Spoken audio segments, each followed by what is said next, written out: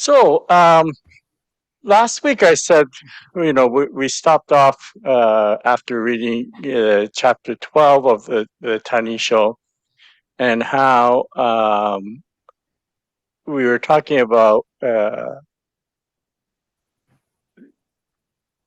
first of all, the very first one was about the primal vow, and how the primal vow was the root of us um, entering the Pure Land. And then in order to receive that primal vow, we have to have that Shinjin. And then we talked about last week, the benefit of receiving that Shinjin was to be in the ranks of the truly settled. And the natural process from that is that we attain enlightenment when we enter the Pure Land, or in our next existence. And that was a very important aspect of Shinran Shonin's teaching. So it's someone and nobody join. I just let them join it.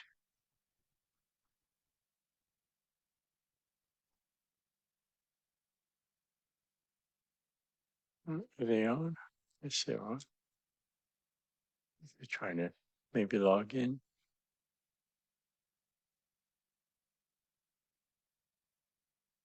Trying to connect to the audio, I guess. Good evening, Nobu, but you probably can't hear me until you get the audio hooked up. Just letting Nobu try to. There we go. Good evening, Nobu. And Suizong.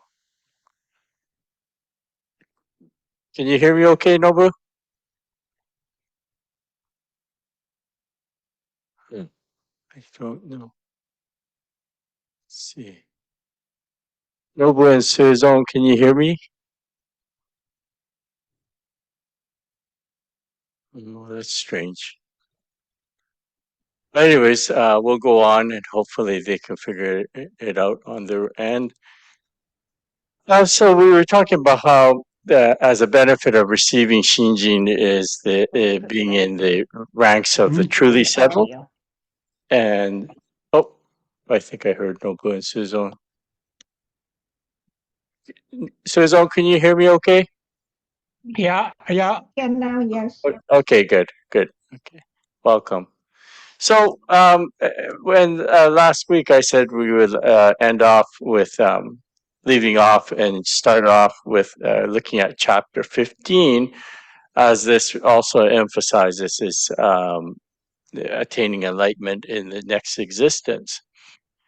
And I have to thank you all, because you provided me an opportunity to do a little bit more studying, which I've read these chapters over and over many times in my career, but sometimes you read things over but not really look at it in detail. And this chapter 15 has quite a bit of detail in it that until now I really didn't. I know what it means, but I didn't really pay too much attention to it. But over this past week, I've had the opportunity to really delve into it. And it's particularly so from chapter 10 to chapter 18 of the Tannisho, actually chapter 11 to chapter 18 of the Tannisho, basically what it is a collection of, so Yu Yenbo, who was a disciple of Shinran. He's the author of this Tannisho, but no, my mother's joining it. Okay, but this latter part of the Tannisho, what it is he brings up a passage, or brings up an idea, some things that are going on at the present time, and then he looks at them, and they're all very erroneous. These statements. So during the time after Shinran passed away, there were some misinterpretations of the teachings. and one of them had to do with the fact that you know, being in the ranks of the truly settled, being Shinran is being quoted as saying, uh, like enlightenment or being in the same level as Maitreya Bodhisattva. So there were those individuals who felt that here in this world, when one receives Shinjin, it's equated to becoming enlightened.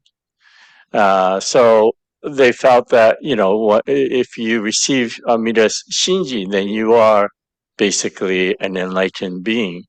And to this, Yu Yenbo said, that's absurd. For us to think that we could be enlightened when we're filled with blind passions. That really goes against what Shinan Shonin was trying to say.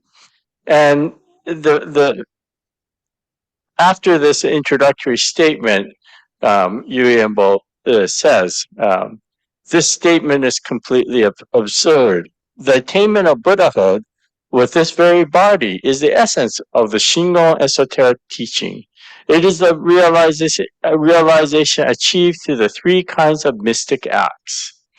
The purification of the six sense organs is the one vehicle teaching of the Lotus Sutra. It is the virtue acquired through the four practices of repose. These are both ways. These are both ways of difficult practice to be followed by those of superior capacity. They lead to the enlightenment realized through fulfilling contemplative practice. So this one paragraph, and I'm going to spend most of my time tonight talking just about this one paragraph because it's really a loaded paragraph. And first of all, the very beginning where he says the attainment of Buddhahood with this very body is the essence of Shingon esoteric teaching. So the first thing we have to state is, in fact, the attainment of Buddhahood is the goal of all Buddhists. Okay, so that's an underlying one of the definitions of teachings of the Buddha is a path to become Buddha. So for all Buddhists, our goals are ultimately to attain enlightenment. And so when we listen to the teachings, when we listen to, or when we join discussion groups, it's not just for the sake of learning or discussing, but ultimately you're on a path. And every little thing that you're doing is supposed to be helping us on our path. Okay. So to say that, that to attain Buddhahood with this very body is the essence of Shingo esoteric teaching. What so Yu Yenbo is using, these are Shinan's teachings that he's basically paraphrasing. And what he's saying there is that, first of all, that the attainment of enlightenment is possible in this world. He's not denying it. He's saying it can be done, but it's very, very difficult. And one of the schools, or one of the schools that he mentions, is this Shingon esoteric teaching. So in 2017, I gave a series of lectures on Japanese Buddhism, and we talked about the Heian period. The Heian period was a period just before Shinan's time. And I sent out earlier today, tonight's package, and in there, I just literally brought out material that I did talk about in 2017. But this Heian period is from 794 to 1185. Okay, 794 to 1185 is considered Heian period. And Shinran himself was born in 1172. So he's, right at the very, very, very tail end of the Heian period was when he was born. These periods or eras are time periods that sort of how the Japanese history, it's broken up into these different periods. The Heian period was, on the surface, supposedly known to be a time of peace, and it was ruled by aristocrats. But there was a lot of under the surface. There was a lot of unrest, and there was illness, etc., going on, and a lot of insecurity. And in that time, Buddhism had, first of all, before the Heian period. So during the Heian period, the capital of Japan moved from Nara to Kyoto. Okay, and so when the capital was still in Nara, that's when Buddhism was first imported to Japan. And the regent prince, his name was Shotoku Taishi, is responsible for introducing Buddhism into Japan through China and Korea. And so once the capital moved to Kyoto, still a lot of the early Buddhist schools had their base in Nara. But in the Heian period, there are two distinct schools that gain large prominence, and they are this Shingon school, which was founded by the monk Kukai. Hobo Daishi is his posthumous title. And this school, Kukai, was a very charismatic and great monk. And there are so many legends that are associated with him in Japan now. You can go to most places in Japan, and there's some story about how Kukai had visited that area, and he created miraculous things to happen. But he was the one who founded Koyasan or Shingon Buddhism on Mount Koya, which is in Wakayama Prefecture. So a lot of the members here in Houston, the old time members actually, not so much the younger people, but people who were here from before the war. Some of them, even though they come to our temple, so they have they had two altars in their house. One is a Jodo Shinshu altar, and the other one is a Shingo altar, because majority of the people here in Steveston came from Wakayama, and that's where this Koya-san is. And I know, let's see, maybe to the early 2000s, they used to organize a bus trip annually from here to Seattle, because there is a Shingon temple in Seattle. So they would go down there to pay their respects. And they call it Odaishi-san. Odaishi-san.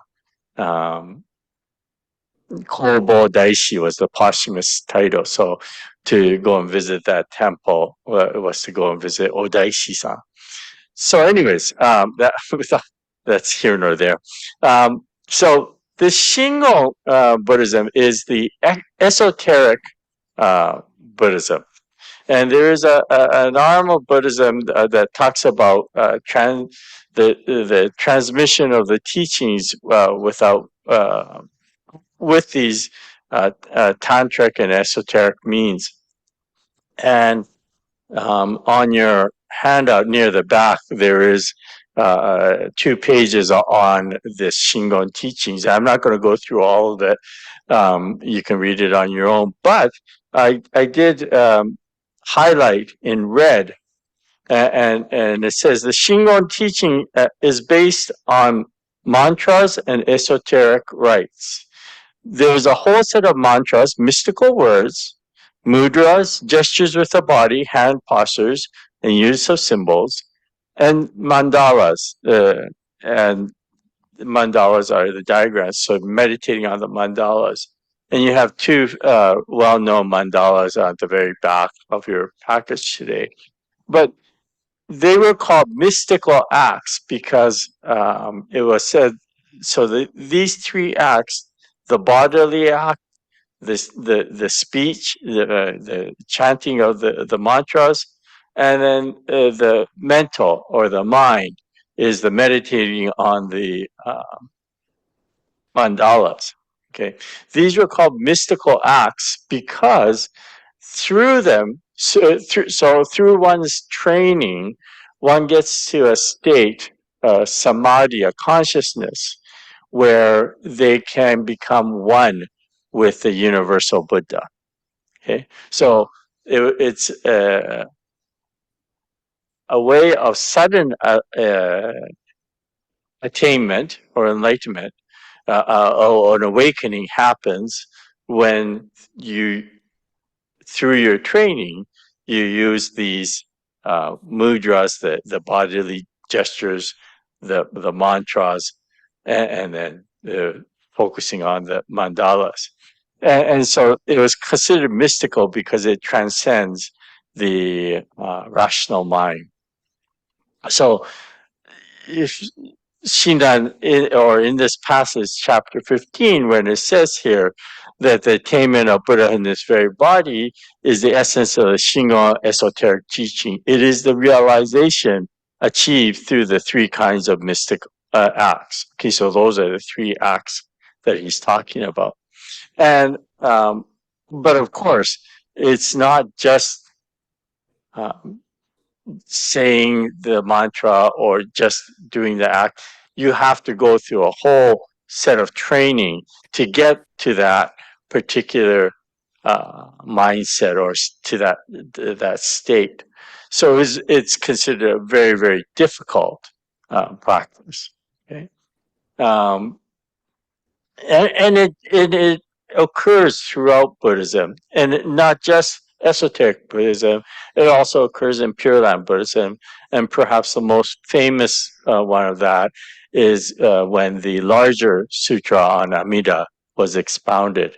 And some of you might recall when we discussed about the larger sutra on Amida, before Shakyamuni Buddha expounds the teachings, his cousin Ananda notices that there are 5 things different about the Buddha, that he has this aura about him. And he makes that comment about, you look different today. And he says about the 5 different ways that he looks different. And the Buddha asks him, did somebody put you up to saying this? And Ananda says, no, I just noticed it. And the Buddha praises him for having that deep mindset at that time. And that he was in that samadhi, or that consciousness, where he could receive this teaching on Amida Buddha.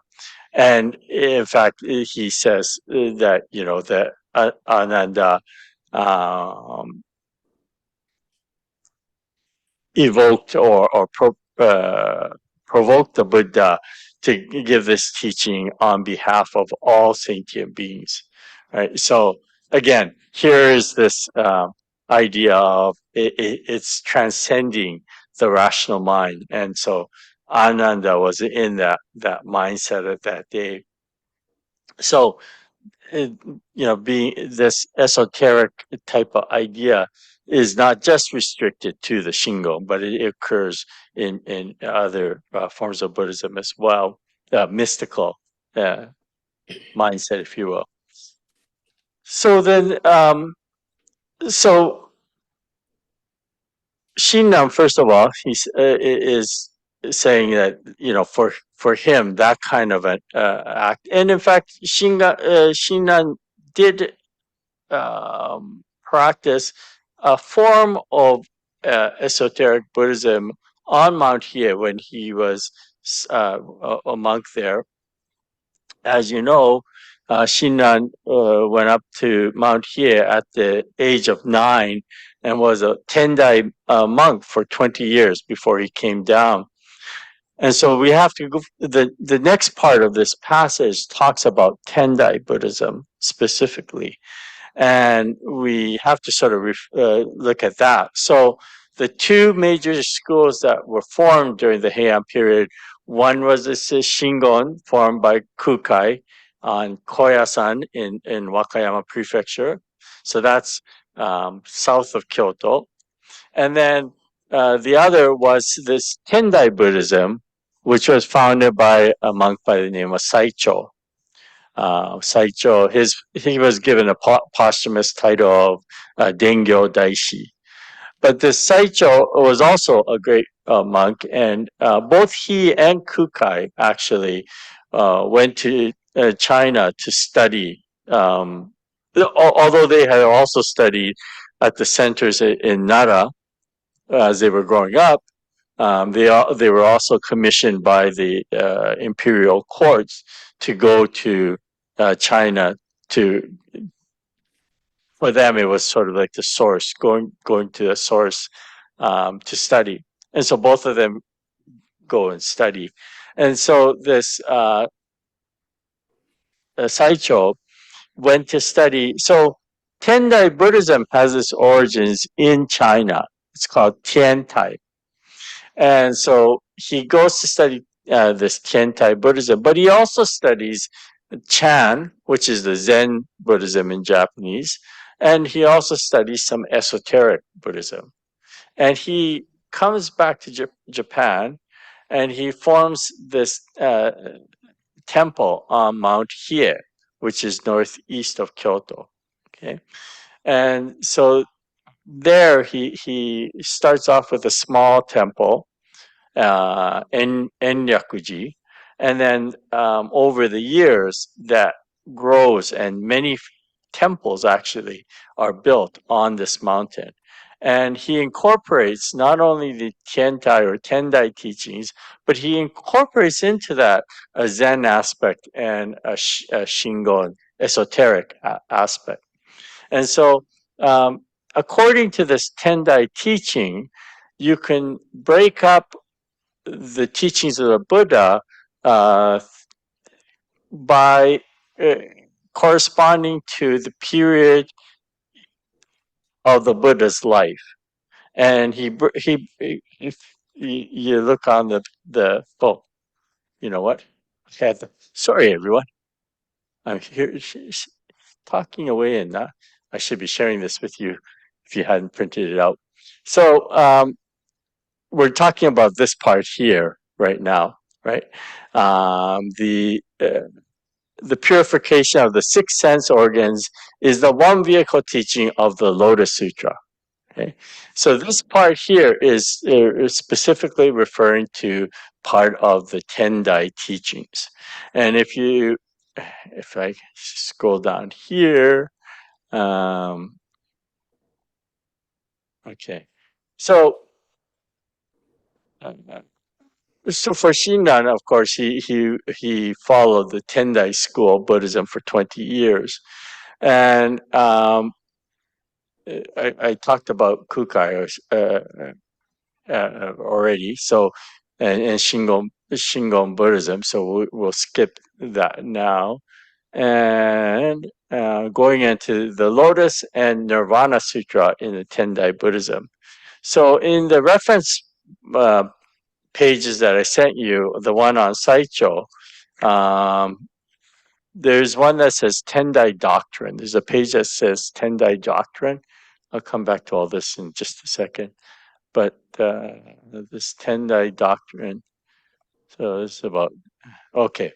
So in the Tendai Doctrine, it said that the Buddha's teachings can be broken down by 5 different periods in the Buddha's life. And the last 8 years of the life of the Buddha, it was focused on these 2 particular sutras, the Lotus Sutra and the Nirvana Sutra. Okay. Um, so they are considered in the Tendai school as the most important teachings, the Lotus and the Nirvana Sutra.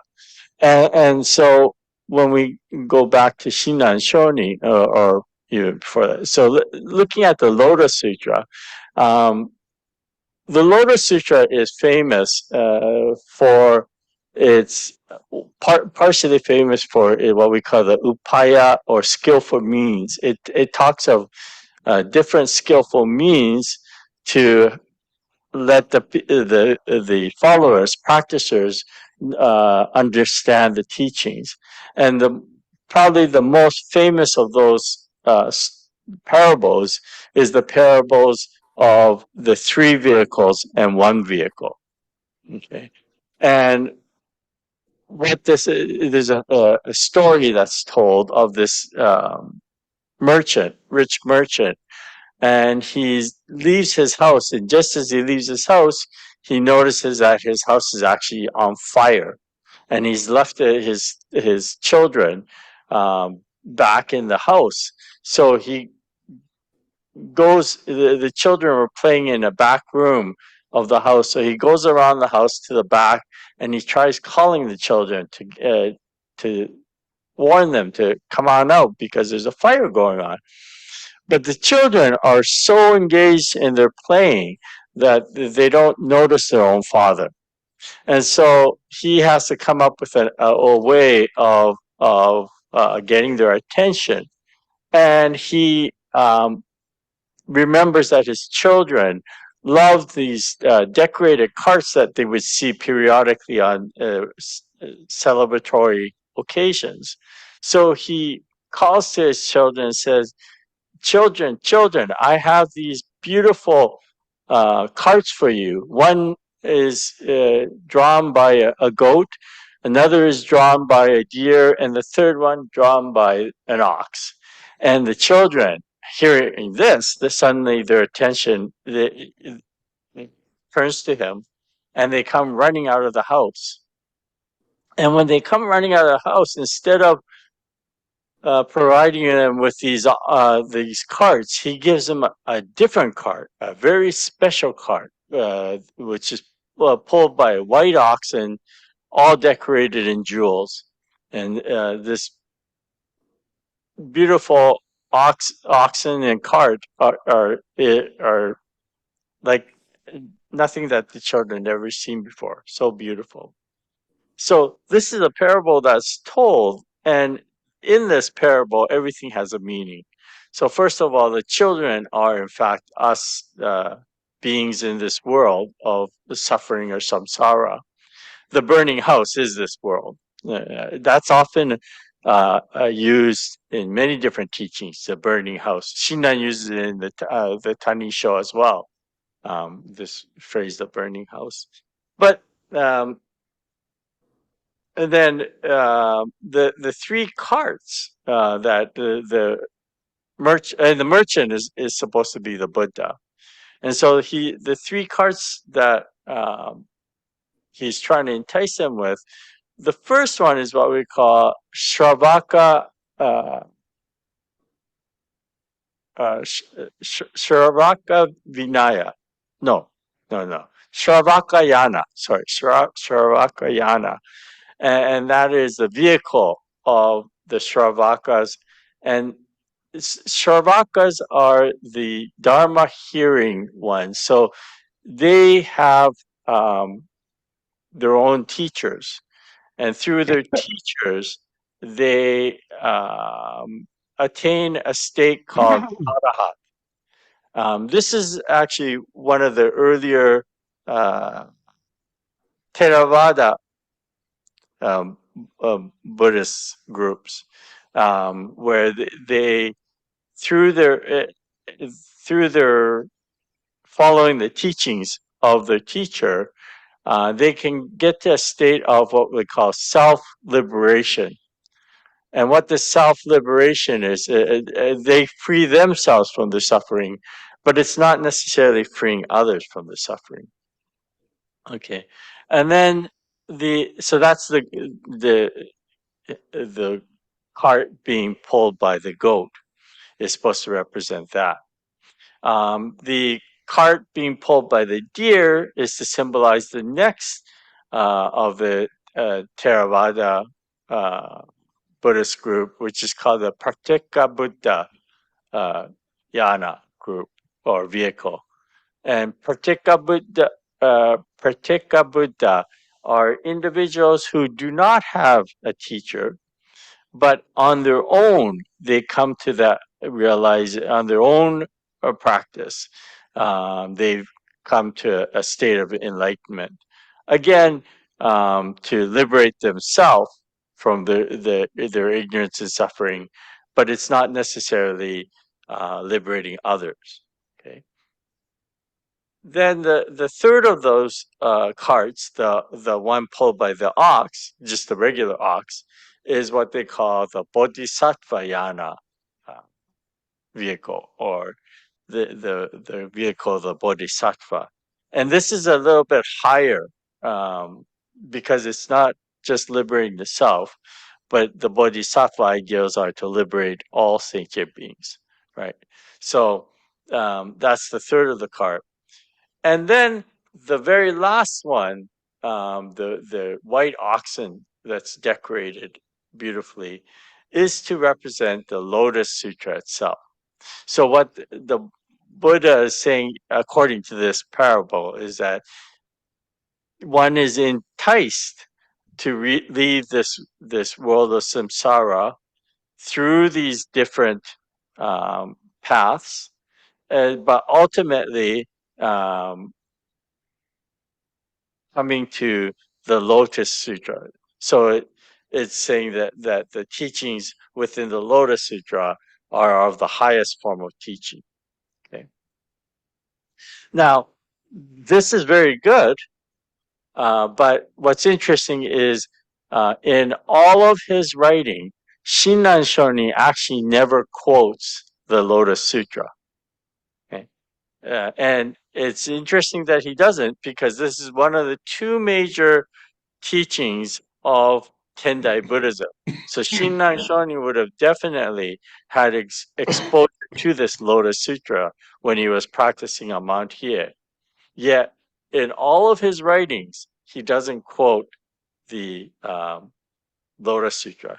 He quotes quite extensively, a number of times, the Nirvana Sutra, which is the one that I'm going to talk about now. So the Nirvana Sutra was also one of the two important sutras in the Tendai school. But how it differs from the Lotus Sutra. So, as I just mentioned with this Lotus Sutra, that you have to go through this process of going through these various stages, and they're not easy stages. One the Sharvaka stage is to become Arahat, which is very close to being enlightened. So you have to practice. You have to be of that certain level of capacity to be able to attain that. And similarly with the Pratyeka Buddhas as well. It's not just anybody that becomes a Pratyeka Buddha.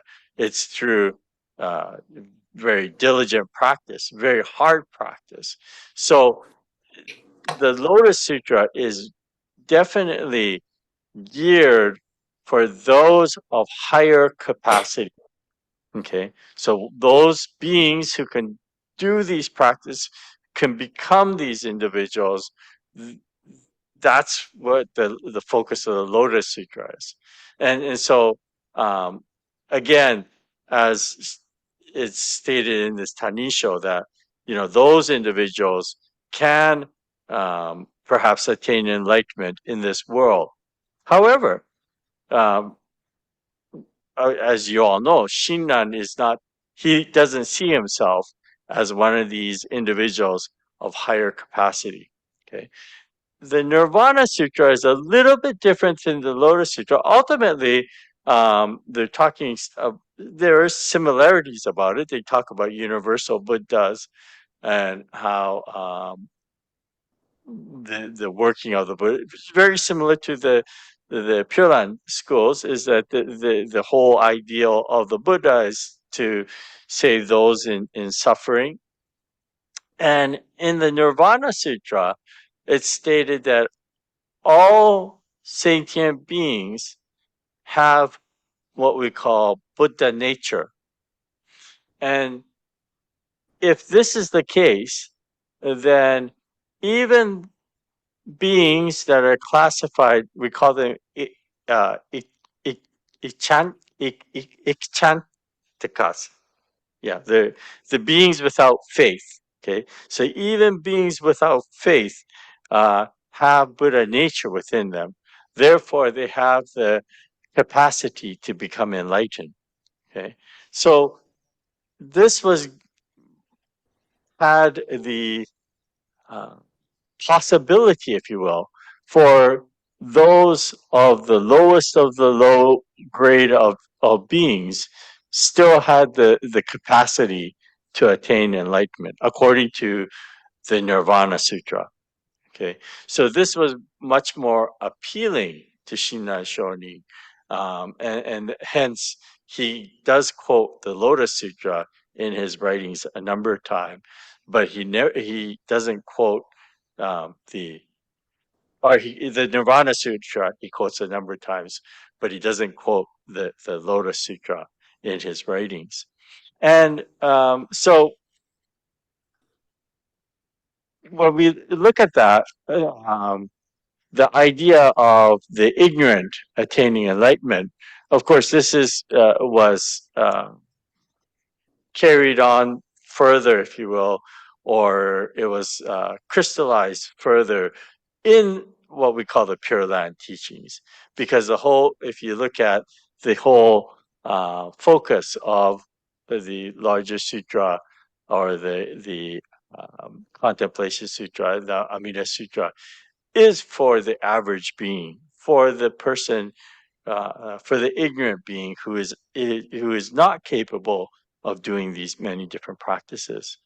So going back to that passage in the Tanisho, so he talks about the purification of the six sense organs. It is the one vehicle teaching of the Lotus Sutra. So we talked about that. How you go from these three vehicles down to the one vehicle, um and he said for him that wasn't uh, a path that was possible. And then he also says it is the virtue acquired through the four practices of repose. And these four practices of repose I've mentioned when I talked about the Tendai Buddhism, and I highlighted and read in under the Tendai Buddhism part. Where's that? Here it is. Okay, so there are four types of meditation that they do in Tendai. There are more different types of meditation, but there is one center where they do four particular types called the Makashika meditation. And these four types are, the uh, Joza means constantly sitting. It's the practice of quiet sitting meditation for 90 days. Jogyo Zanmai is a constant walking practice, walking around the statue of Amida Buddha while reciting Nembutsu for 90 days. The Hangyo, Hanza Zammai, half sitting, half walking meditation, and Hyo, Hiza Zammai, neither sitting nor walking meditation. This is more of a daily mindfulness meditation, where every act that you're doing throughout your day is a meditative process. So these are called the four practices in repose. And Shina is saying that, or yeah, that um, these are ways that one could attain enlightenment with this body, but for Shinran, or the purpose or the focus of the Pure Land teachings, he says, is not on that. So if we go back, going back to this Tannisho chapter 15, after he says that, Shina says, attaining enlightenment in the coming life is the essence of the Pure Land teaching of other power.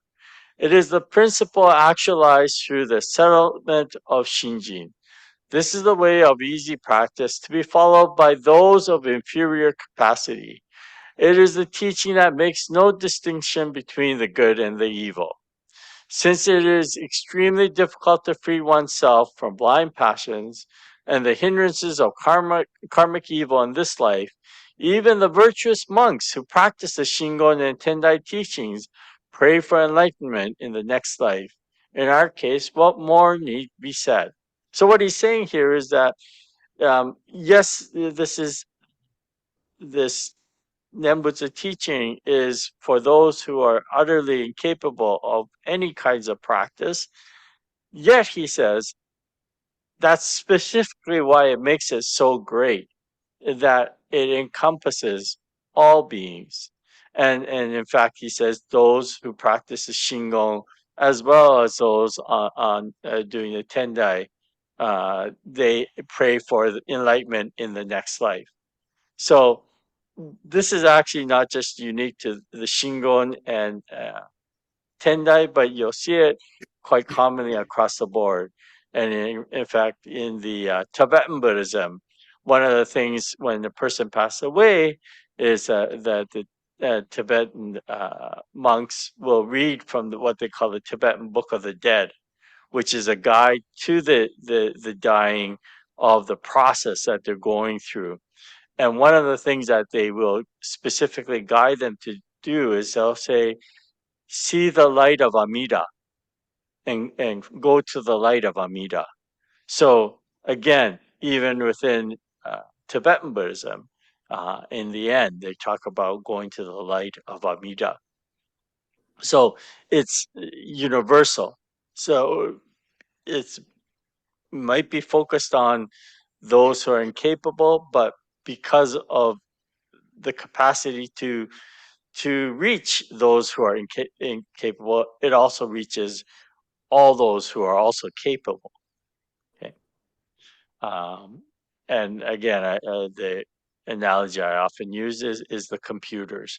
Thanks to Microsoft and so Bill Gates and Steve Jobs, it became very easy for on the user end, um, where all we have to do is press an on and off button, and everything magically turns on.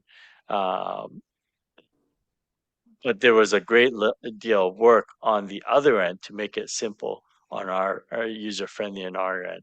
And so Shinan or Yuenbo, paraphrasing Shinan, is stating that in fact this is the capacity is for those incapable, but it's so great that it encompasses all.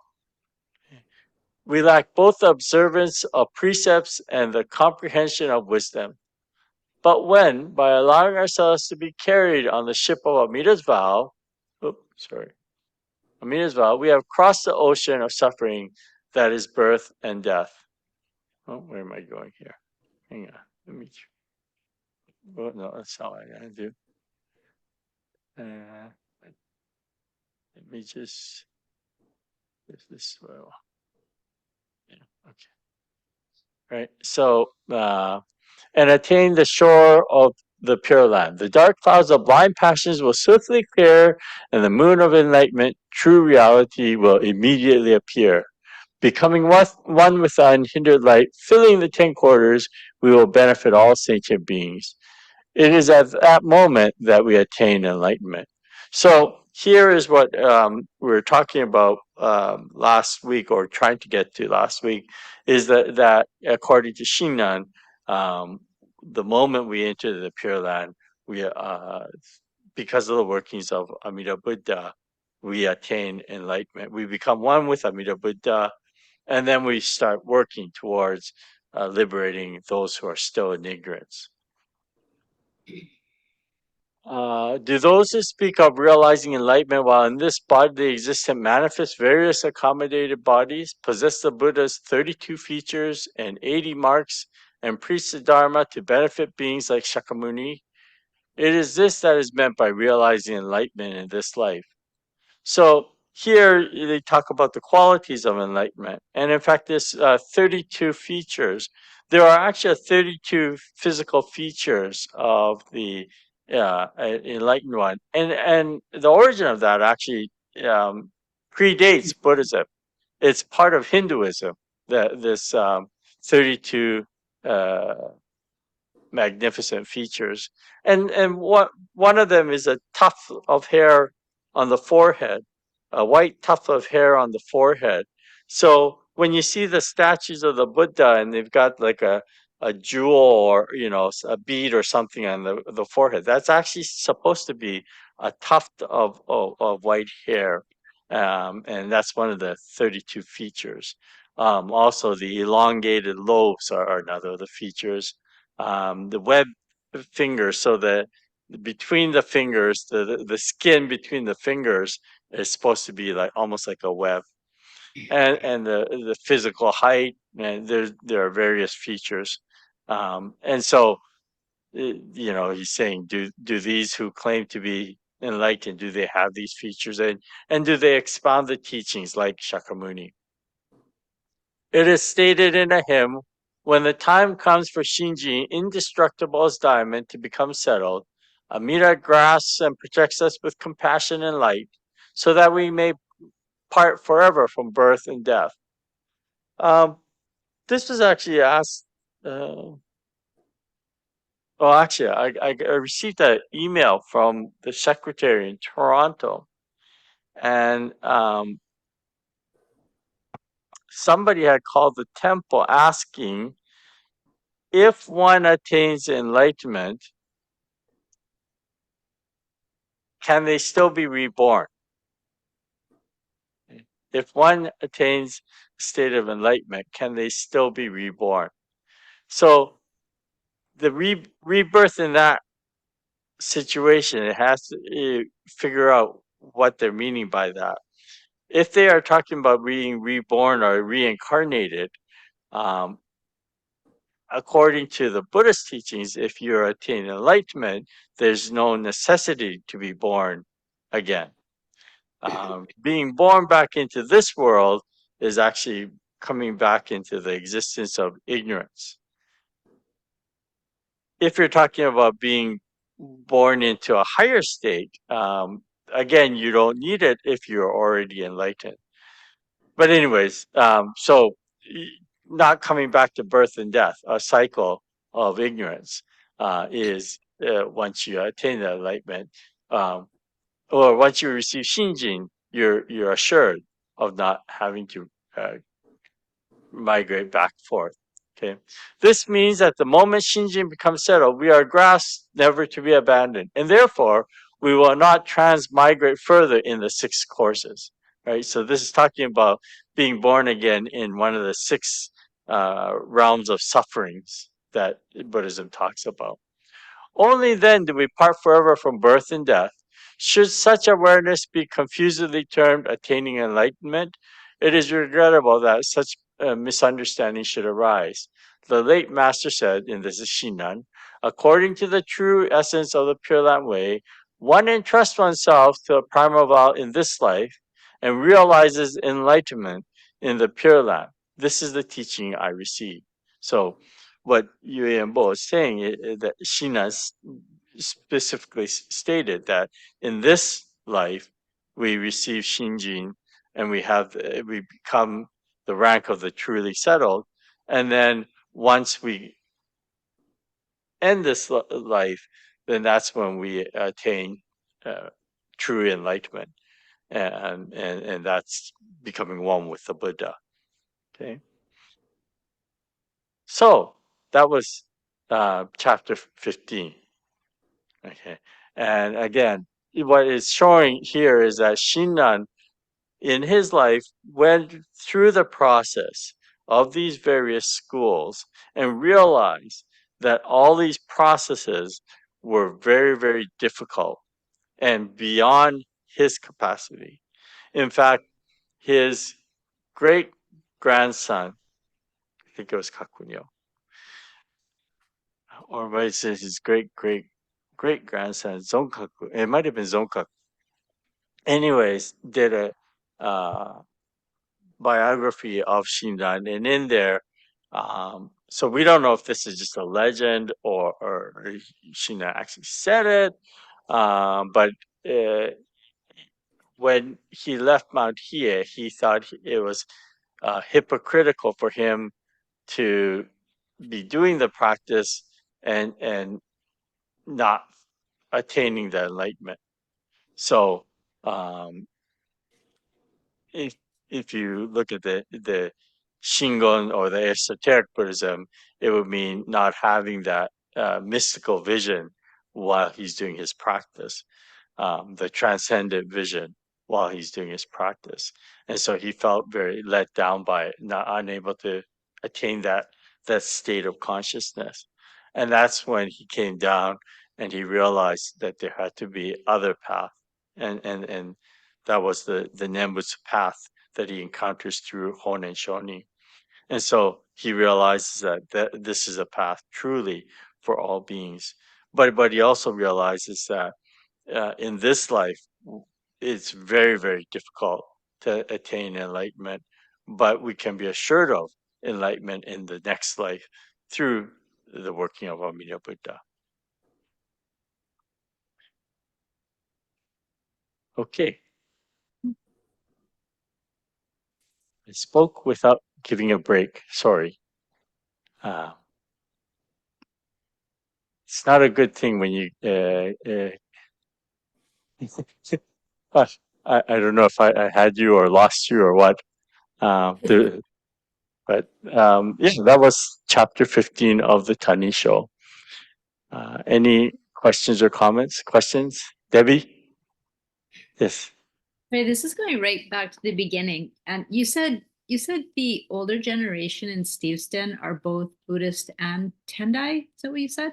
Oh no, so the Jodo Shinshu and Tendai Buddhists, so both And forms of but Buddhism.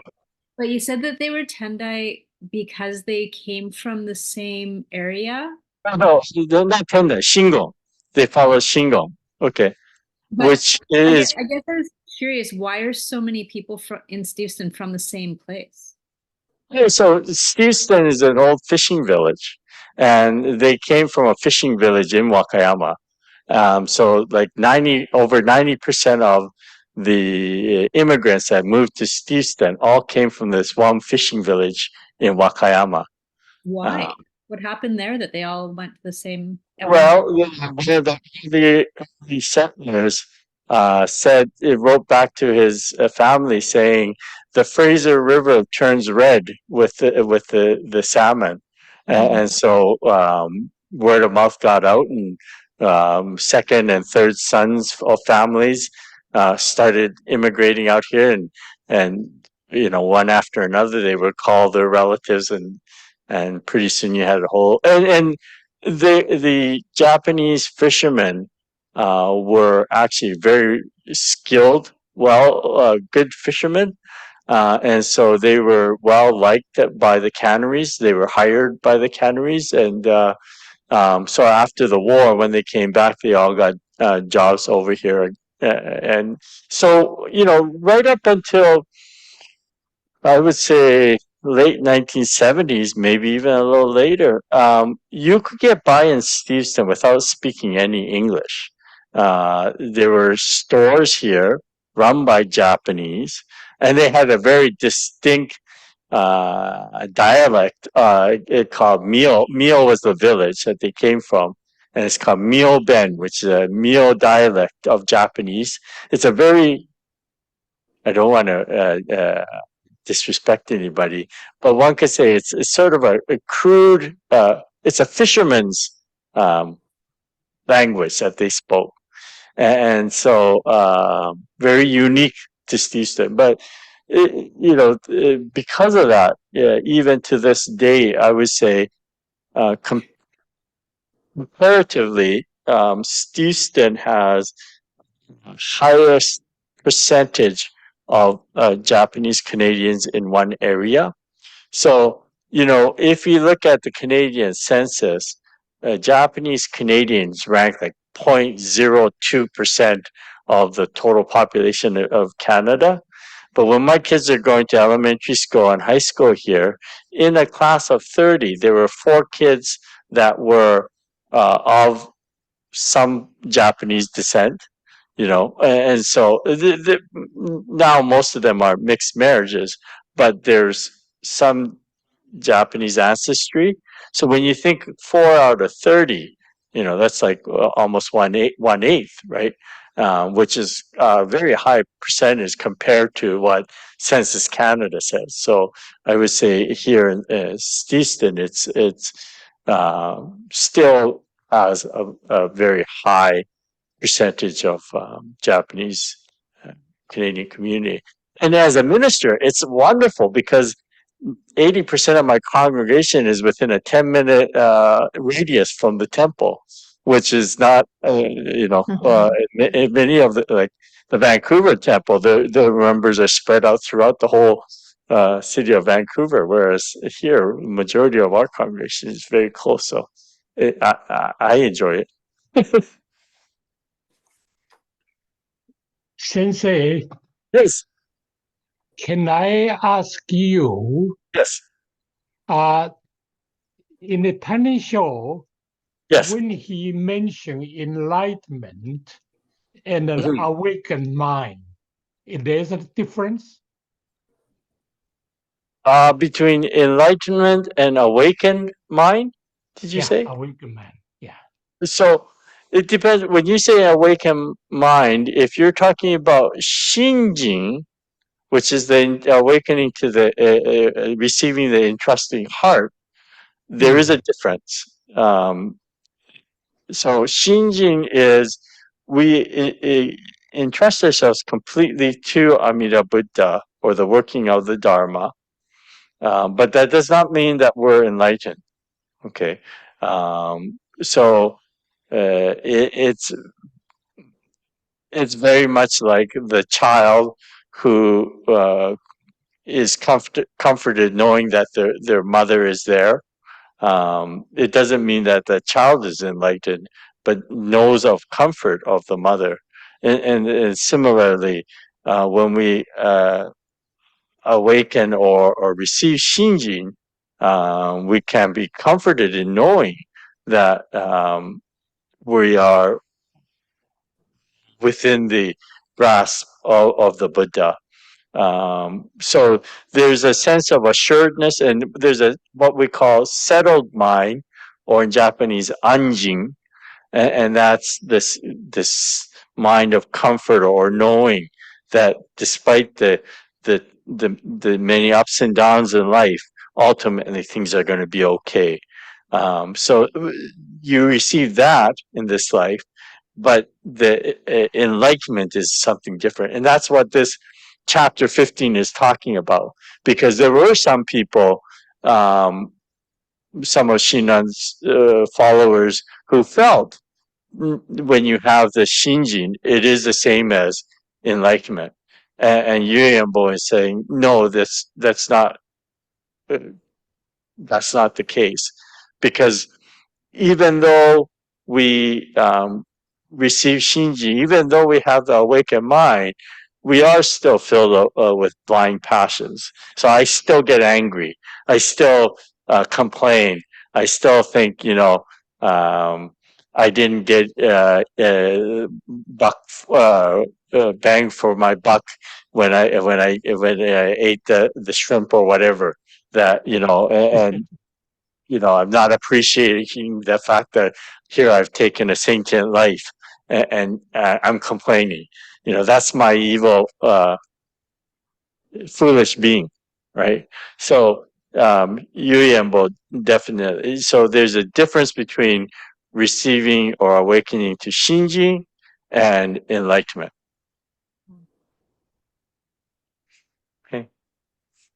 Thank you. Any other questions or comments?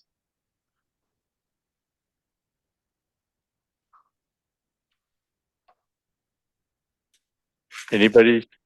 Russ? Michael? Darren? Maya? Yvonne?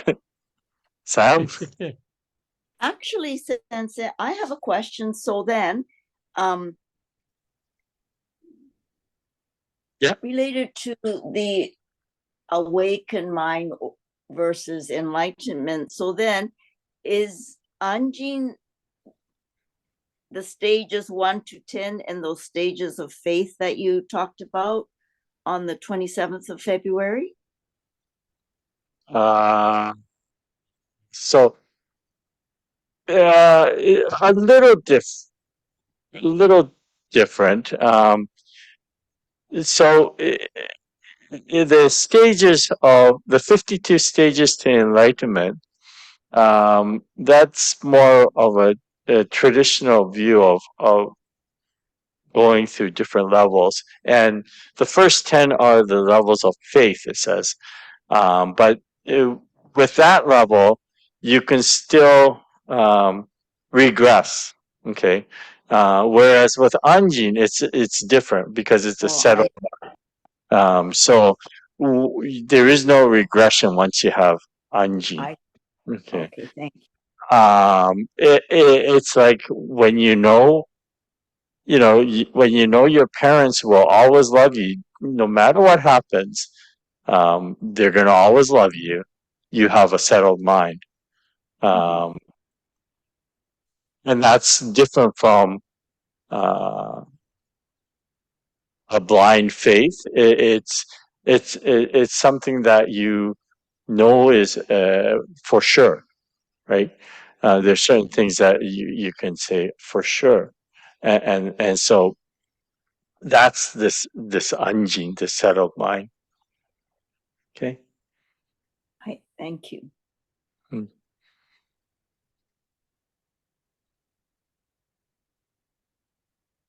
Okay, if there are no further questions, thank you all for joining me. And so next week, the final part of the tenets of Jodo Shinshu, and in particular, this Tannisho, is talking about the evil being, the salvation of the evil being. And so I'd like to talk a little bit about that next time. Okay. And this is one of the more controversial passages within the Tannisho. And in fact, the Tannisho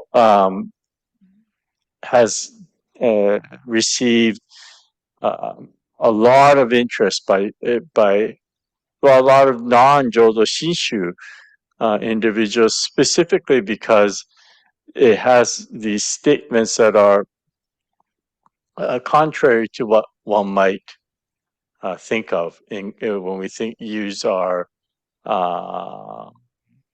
rational mind, and so we'll talk about that next week, and then that will conclude this set of lectures, and then I'm going to take a little break after that and work on the next set of lectures. Okay. So thank you all, and we'll see you next week. Thank you. Thank you very much, Sensei. Thank you. Thank you very Bye, much. everybody. Please join me in Gasho. Namo Amida Butsu. Namo Amida. No, Mom. Thank you very much. Good Thank night. you, Sensei.